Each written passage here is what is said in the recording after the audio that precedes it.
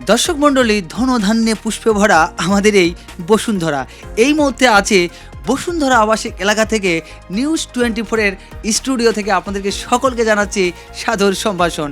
স্যারকে শুধু একটা কথাই বলবো যে স্যার, আমি আপনার প্রতি কৃতজ্ঞ। শুধু আমিই না, আমার পরিবারও।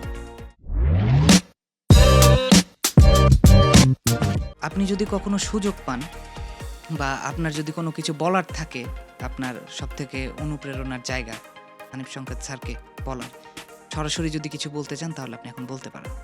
দেখেন, আমার মতো একটা ছেলে ক্লাস 6 থেকে পড়াশোনা করার পর আর বই উল্টে দেখানো সম্ভব হয়নি। সেই ছেলেটাকে আজকে সারা বাংলাদেশের মানুষ চেনে যে হানিফ সংকেতের ডুপ্লিকেট, দ্বিতীয় হানিফ সংকেত। হ্যাঁ, তো আমি কিন্তু এই কথার পরিপ্রেক্ষিতে আর একটা কথা বলি মানুষকে। দেখেন, হানিফ সংকেত স্যার একজনই বাংলাদেশে জন্মাইছে।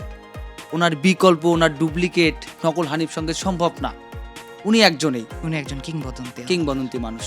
ওনার মতো হওয়া সম্ভব না। স্যারকে সম্মান করি, শ্রদ্ধা করি, সেই জায়গার থেকে স্যারকে অনুকরণ করি, শুধু এতটুকুই।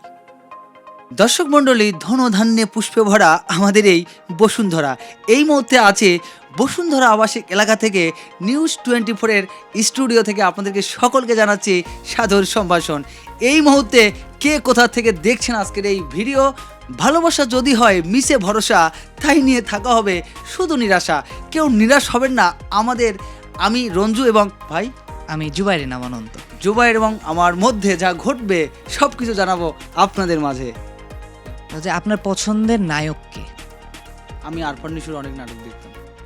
আচ্ছা, শুধু তারই আপনি ভক্ত? ভক্ত বলে ঠিক হবে, ভালো লাগে, অভিনয় দেখি। আচ্ছা, আর নায়িকা? নায়িকা মেহেজাবিন।